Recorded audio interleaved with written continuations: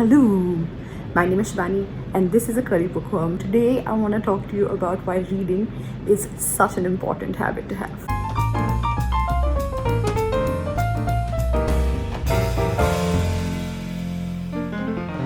There are different ways in which stories are told in modern day. I watch a lot of stuff.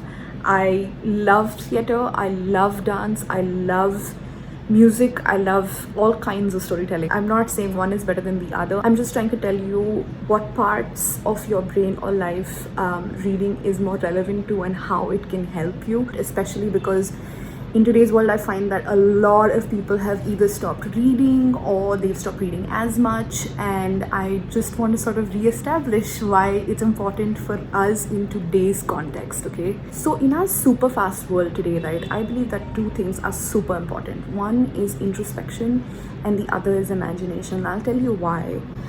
My father, he's an artist, and he used to say, just sit down, let yourself just dream, let yourself imagine things. Considering how crazy our world is right now, imagination honestly is one of the key pillars that will take us forward to think about new solutions for things like, I don't know man, like climate change, the way we just don't know how to talk to each other anymore. If you don't have an imagination and think creatively about solving for these problems, I don't know where we're going to go. And imagination comes from a habit like reading, and I'll tell you how. So let's take two big art forms, right? You have reading and you have other forms of storytelling that you watch.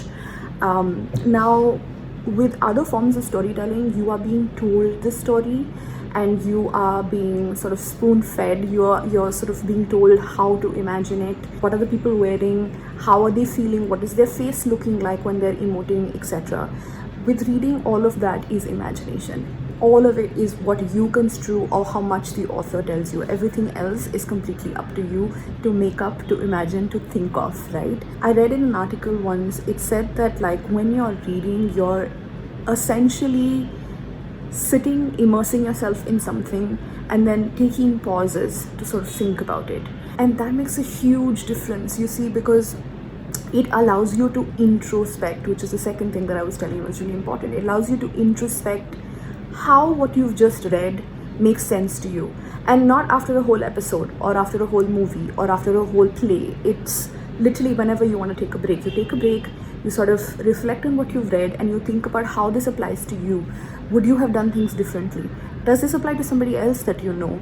How would they have done things differently? And so your imagination is sort of running wild. Your introspection is fully on. So it lets you stop, pause, and reflect on the world around you, and that's wonderful.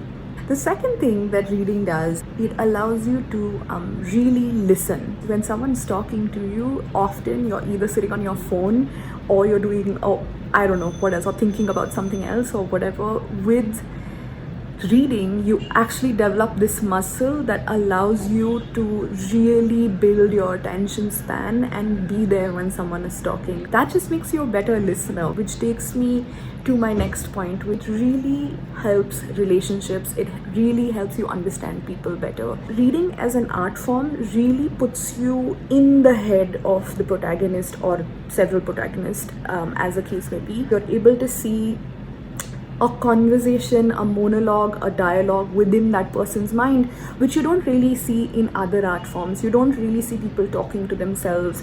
You don't really see people thinking, and in a book that happens. And so that actually expands your perspective in terms of where people are coming from. It really, really helps, I think, develop that super essential muscle of empathy and understanding people, and therefore it kind of makes your own interpersonal relationships better. The other thing that I think that reading really does well is that it gives you patience, and man, do we need it in today's world. It is so complex, this world that we live in. There's so many factors at play, and it's at play at the same time. And you have to be patient. You have to play your part, but you also have to be patient in where you are and what you're doing and how you think, which brings me to the sub point of patience, which is being present. We're always worrying about the future. We're always worrying about what's going to happen with this or that or whatever.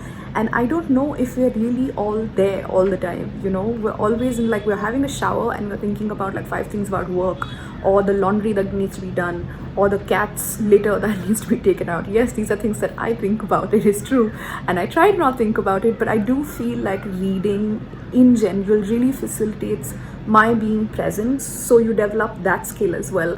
So that's it, that's all I wanted to talk to you about. I'm sure reading has like 1,000 different ways in which it helps you that I haven't mentioned here, that I would love for you to tell me in the comments how reading has helped you. If you like this kind of content, please like this video and share and subscribe, because that's a great thing to do. That's it from me. I will talk to you soon in another bookish video. Bye.